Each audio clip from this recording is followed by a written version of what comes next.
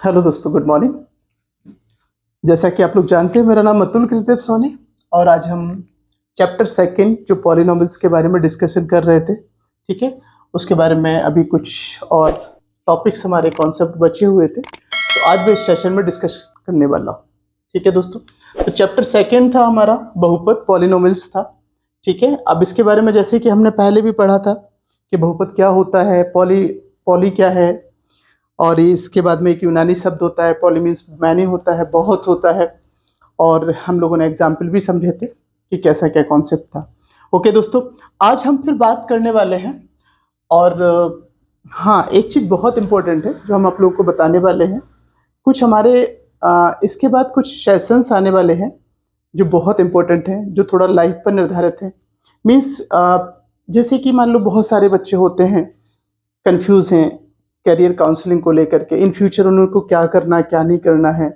कुछ बच्चे ऐसे भी हैं जो बीटेक कंप्लीट कर चुके हैं, आ, कई सालों से तैयारी कर रहे हैं गवर्नमेंट एग्जाम की, बट किसी कारणवश दुर्भाग्य या उनका समय ने साथ नहीं दिया, या उनकी फाइनेंशियल इश्यूज कुछ ऐसे रहे हैं, या फिर उनका मेडिकल इश्यूज ऐसा रहा है कि वो वक्त जो है वो निकल गया और आखिरकार उनके हाथ में कोई जॉब या सर्विस या कोई ऐसा इनकम का सोर्स नहीं बन पाया, और वो बंदे बहुत फ्रस्ट्रेट हो रहे हैं, डिसअपॉइंटेड हो रहे हैं। तो वो बिल्कुल परेशान ना हो दोस्तों, मैं आप लोगों के लिए एक सेपरेट सेशन इसी चैनल पर लाने वाला हूं, जो आपके लिए बहुत ही मोटिवेशनल, प्लस आप इन फ्यूचर्स कितनी जल्दी कोई चीज अचीव कर पाए उसके लिए जबरदस्त फॉर्मूला देने वाला हूं दोस्तों। और आप लोग घर बैठ करके अपना इनकम का सोर्स भी बना सकते हैं, वो भी मैं बताने वाला हूँ। वो सारा कुछ स्टडी से होगा, मेरे पास कोई ऐसा जादू नहीं है, मैं कोई बिजनेस कराने वाला नहीं हूँ दोस्तों, ये कंफर्म मत मान लीजिएगा। सिर्फ मेरे पास एक स्टडी है, एक अध्ययन है, विद्या है, एजुकेशन है, सिर्फ इसी के माध्यम से, क्योंकि आप लोगों ने उसी में पूरा समय दिया है, 20 साल 25 साल पढ़ाई की है, बट आखिरकार एमबीए वाले बंदे हैं, कुछ एमसीए वाले बंदे हैं, कुछ एमएससी वाले बंदे हैं, कुछ बीएससी वाले बंदे हैं, कुछ बीसीए वाले बंदे हैं जो बहुत ज़्यादा परेशान हैं, क्योंकि मैं उनके टच में आ रहा हूं। और वो हमसे जब कांटेक्ट करते हैं तो वो कहते हैं सर मेरी कहीं जॉब्स कुछ करवा दीजिएगा, कुछ ऐसा, मुझे 10 साल हो गए पास आउट हुए, मुझे 5 साल हो गए, मुझे 8 साल हो गए। वो बंदे बहुत फ्रस्ट्रेटेड है, चाहे वो गर्ल्स हों चाहे बॉयज़ हों, यहाँ तक कि उनके फैमिली वाले भी बहुत अंडर प्रेशर में डालते हैं फिर उनको। तो इन सारी चीज़ों के बारे में हम बहुत डिटेल डिस्कशन करेंगे। और दोस्तों वो सेशंस 2 या 3 सेशन मैं ऐसे बनाने वाला हूँ जो आपके ज़िंदगी को बदल के रख देंगे, ये मान के चलिएगा, कंफर्म है। आप एक बार बस ट्रस्ट करके देखिएगा और हमारे साथ बने रहिएगा।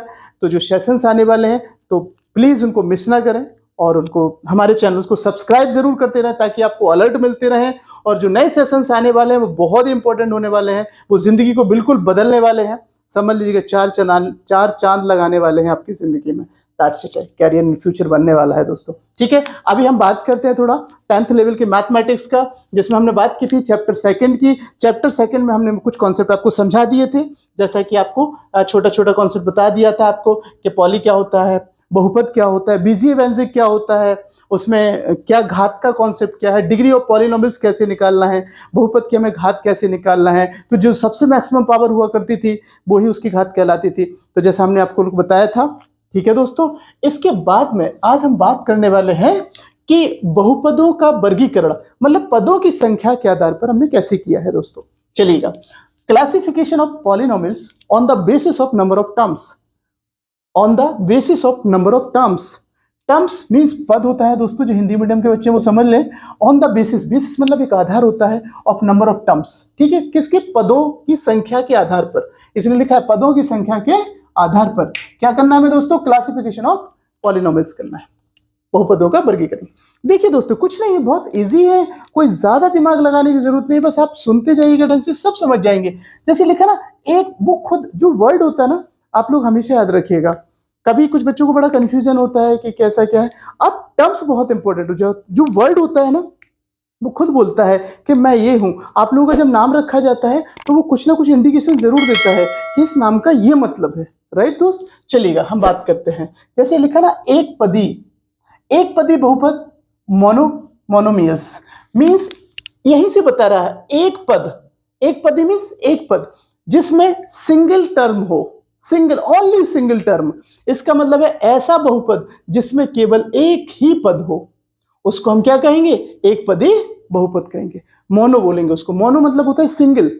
मोनो क्या होता है? सिंगल। हम क्यों लिखते हैं दोस्त इंग्लिश में? इसलिए लिखते हैं कि इन फ्यूचर्स 11th में आना है आपको, फिर 12th में आना है, फिर आपको IIT JEE क्रैक करना है, CPMT क्रैक करना है, और other BHU exam, JNU exam, NIMCET, और आपको CEUT plus UPTU, there are lot of exams, right? BMS के कुछ एग्जाम्स हैं, कुछ नर्सिंग के एग्जाम्स हैं। तो दोस्त हम सारी चीजों के बारे में डिस्कशन करेंगे, लेकिन इसलिए हम आज से आप लोगों का जो बेस है वो अभी से मजबूत होता चले, क्योंकि ये टर्म्स आपको आगे इन फ्यूचर्स मिलने वाले हैं दोस्त। इसलिए मैं लिखता हूं, क्योंकि मैंने जो फेस किया है अपनी एजुकेशन में, अपनी स्टडी में, मैं चाहता हूं आप लोग वो फेस ना करो। इसलिए मैं हर चीज पर इंग्लिश और हिंदी क्यों लिखता हूं? क्योंकि इन फ्यूचर आपका भविष्य बनना है, क्योंकि इंग्लिश आपको आना मस्ट है, ये जरूरी है। कैरियर यदि आपको बढ़ाना है तो इंग्लिश आपको मस्ट है। इसलिए दोस्त थोड़ी थोड़ी एक आदत डालो ना, पढ़ा करो साथ में। मोनो मतलब सिंगल, मोनो मतलब होता है सिंगल। मोनो मीन्स बहुपद हो गया, एक पदी हो गया, मियस मीन्स पदी हो गया। इसके बाद में जिसमें केवल एक पद हो दोस्त, उसे हम एक पदी बोलते हैं। देखिए दोस्त ध्यान से देखिएगा, यहाँ पर जैसा कि हम लोग समझ पा रहे हैं 6x³ लिखा ना दोस्तों, 6x³। देखिए एक ही पद है, 6x के गुणांक में है, तो ये जो 6x³, जैसे मैंने लिखा 5x³, 5 स्क्वायर, ये भी एक पद हो गया। मैंने लिख दिया 7x, ये भी एक पद हो गया। आपने लिख दिया सिर्फ 2, ये भी एक पद हो गया दोस्त। जरूरी नहीं है कि वो किसी उसमें लिखा हो। हमने लिख दिया 10x³ लिख दिया, ये भी एक पद हो गया, पूरा पूरा पद है। 10 उसके मल्टीप्लिकेशन में, x ओके, ठीक है दोस्तों, क्लियर हो गई? तो एक पदी कहलाते हैं। तो देखो एक पद ये हो गया, 2x² एक पद है, x एक पद है, 6x, ऐसे ठीक है। चलिए बात करते हैं द्विपद बहुपद, बाइनोमियल। इसको क्या बोलते हैं? बाई। बाई मतलब दो होता है, बाई मतलब दो, मोनो मतलब एक, तो बाई मतलब दो होता है, ठीक है। तो द्विपद बता रहा ना, दो पद, ऐसा बहुपद जिसमें केवल दो पद हो उसको हम द्विपदी कहते हैं, दैट्स इट है। जैसे कि एग्जांपल में 6x² प्लस 2x दो पद हैं, एक 6x² और एक 2x दोस्तों, x प्लस 6 दो पद हैं, etc। ओके दोस्तों, चलिएगा हम यहाँ और देख लेते हैं। मान लीजिएगा 7x² प्लस 6x, ये भी दो पद हो गए हैं। 6x प्लस 5 बिल्कुल दो पद हो गए हैं। अरे भैया 5 प्लस 6x ऐसा भी दो पद हो गया है। भैया 7x³ प्लस 8x² बिल्कुल दो पद हो गए हैं। तो ये क्या हो गया? दो पदी हो गया दोस्तों, जिसमें दो पद हो, एक पद एंड दो पद, ठीक है। पद क्लियर है आप लोगों को? कोई इशू? ये सारे दो पदी हो गए हैं जिसमें दो पद हो। इसके बाद में त्रिपद। त्रिपद मतलब तीन पद, कॉमन सेंस है। ट्राई, ट्राई मतलब थ्री, ट्रिग्नोमेट्री तीन तीन भुजाओं से बनता है, इसलिए इसको ट्राई, ट्राई मीन्स होता है थ्री। ट्रायंगल थ्री, ठीक है। अच्छा, त्रिपद ऐसा बहुपद जिसमें केवल तीन पद हो, कॉमन सेंस है भैया। देख लो भैया कहां कहां तीन पद दिख रहा है आपको। देखो 6x² एक पद, 2x दूसरा पद और 5 तीसरा पद, 7x³ एक पद, 8x² दूसरा, 7x तीसरा। बस दोस्त हो गया त्रिपद। इसका बनता होते हैं, इसको ट्राइनोमियल बोलते हैं। लिखिए यहां पर लिख देता हूं 8x³ plus 5x² plus 6x बिल्कुल त्रिपद हो गया दोस्तों। 8x² प्लस 5x प्लस 3 बिल्कुल हो गया ट्रिपल, ठीक है दोस्तों। तो कुछ भी हो सकते हैं, तीन पद होना चाहिए, बस उसको त्रिपदी बोलते हैं, दैट्स इट है। ट्राइनोमियल बोलते हैं उसको, क्या बोलते हैं? ट्राइनोमियल बोलते हैं, ठीक है। ऐसा बहुपद, ऐसा पॉलिनोमियल्स, पॉलिनोमियल्स मींस क्या होता है? बहुपद कंटेन्स थ्री। इंग्लिश में समझ लीजिएगा, थोड़ा सा बता देता हूं। ऐसा बहुपद means a polynomials contains only single term, that is called means monomials. And now a polynomials contains only two terms, that is called binomials. A polynomials contains only three terms, that is called trinomials. Simple सी, आप लोग definition लिख लीजिएगा उसमें English में भी। अब यहां बात करते हैं शून्य बहुपद, जीरो पॉलिनोमियल्स। ऐसा बहुपद जिसमें सभी पदों के गुणांक शून्य हो। वैसे तो सीधी सी बात है, कंफ्यूज होने की जरूरत नहीं है, उसका नाम है शून्य बहुपद। वो साफ साफ कह रहा, पता है आप जीरो लिख लो, ओ भैया जीरो के संगे तुम किसी का गुणा कर लियो। पता है एक जीरो इतना पावरफुल आदमी है ना, वो सबका अहंकार खत्म कर देता है। सीधी सी बात समझ लो आप, यहां तक कि हम इसमें कर दें करोड़ों करोड़ों का गुणा, तो ये करोड़ भी वो कहता है दोस्त तुम हमारे लेवल के हो, यहाँ नौटंकी नहीं चलेगी। साफ सुथरी बात है। कहने का मतलब जीरो एक ऐसा टर्म्स है, जीरो एक कैसा टर्म्स है, जीरो एक ऐसा टर्म्स है दोस्तों कि जिसका मल्टीप्लिकेशन किसी के साथ किया जाए तो उसे वो जीरो बना देगा। ओके दोस्तों, इसलिए शून्य बहुपद का मतलब साफ साफ जाहिर है कि ऐसा बहुपद जिसमें सभी गुणांक शून्य हो। सपोज करो 0x³ plus 0x² plus 0x+0। अरे भैया कुछ भी लिखो, फाइनली है तो जीरो। तो इसका मतलब है जितने भी पद हैं सबका गुणांक जीरो होना चाहिए, सबका गुणांक, सबका मल्टीप्लिकेशन में क्या होना चाहिए, शून्य होना चाहिए। उसको हम क्या बोलेंगे दोस्त, शून्य बहुपद बोलेंगे। एक एग्जांपल के तौर पे डेफिनेशन बनाई गई है, कुछ होगा कॉन्सेप्ट समझा देंगे अच्छे से। ठीक है दोस्तों,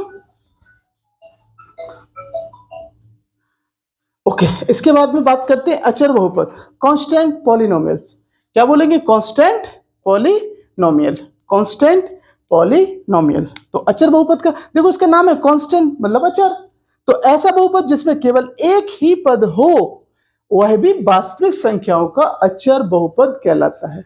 ओके दोस्तों, क्लियर है। जैसे कि वास्तविक संख्या हम पढ़ा चुके हैं आपको भैया, 3 हो गई, 7 हो गई, 8 हो गई, √3 हो गई, √2 हो गई, ये रियल नंबर्स तो हैं कि नहीं है। अब इसमें भाई -6 हो गया, -7, कुछ भी नंबर्स हो वो रियल नंबर्स कहलाएंगे। और रियल नंबर सारे के सारे भैया अचर होते हैं, अचर है तो उनको अचर बहुपद बोलते हैं। That's it. क्लियर हो गई बात। एक और पॉइंट मैंने बहुत अच्छा लिखा है दोस्तों, यहाँ पर 2 पॉइंट लिखे नोट में, ध्यान रखिएगा इसको। शून्य बहुपद की कोई घात नहीं होती है। भैया सीधी सी बात है, यदि जीरो है तो भैया इसकी क्या घात है, कुछ नहीं है, शून्य बहुपद है।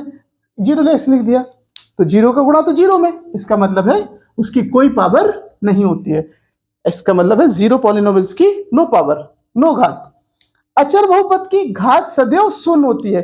कॉमन सेंस लगाओ, मान लो यदि भाई साहब आपसे 10 लिखा है और कहा जाए इसकी घात कितनी है, तो मान लीजिएगा 0 दोस्त, क्या होती है इसकी घात, हमेशा क्या होती है, शून्य होती है। अचर बहुपद की घात हमेशा कैसी होती है, शून्य होती है। क्योंकि 10⁻0 करोगे तो क्या आ जाएगा, वैल्यू 1 आ जाएगा, है ना। तो कोई भी अचर है तो उसकी वैल्यू क्या रहेगी, सॉरी, अचर बहुपद की घात सदैव शून्य होती है। अचर बहुपद की घात सदैव शून्य होती है। ठीक है, ये 2 नोट्स हमने यहां नीचे लिखे, ध्यान रखिएगा। यहां बात करिएगा, एक शॉर्टकट बना दिया गया। एक पद वाला भैया बहुपद है, एक पद वाला हो एक पद ही बोलेंगे, बहुपद है 2 पद वाला हो 2 पद ही बोलेंगे, 3 पद वाला हो 3 पद ही बोलेंगे। ठीक है दोस्तों, चलिएगा अब